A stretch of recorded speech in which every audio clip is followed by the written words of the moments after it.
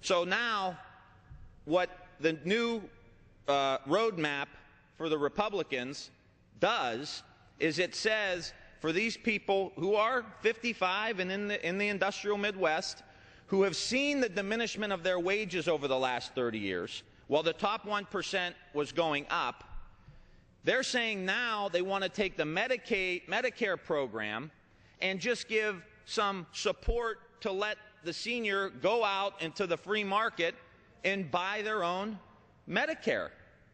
So Medicare is Medi-gone.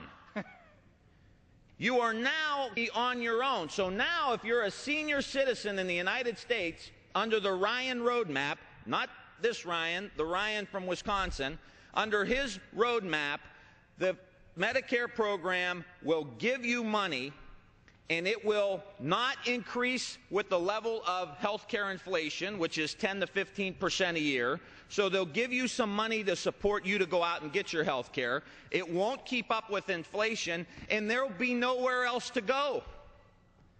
These same people who over the last 20 or 30 years and projected into the future, wages have been stagnant. So you're going to go into the seniors' pockets so that they got to pay for your health care. So we had this tombstone made up, Medicare 1965 to 2011, created by LBJ, destroyed by the GOP.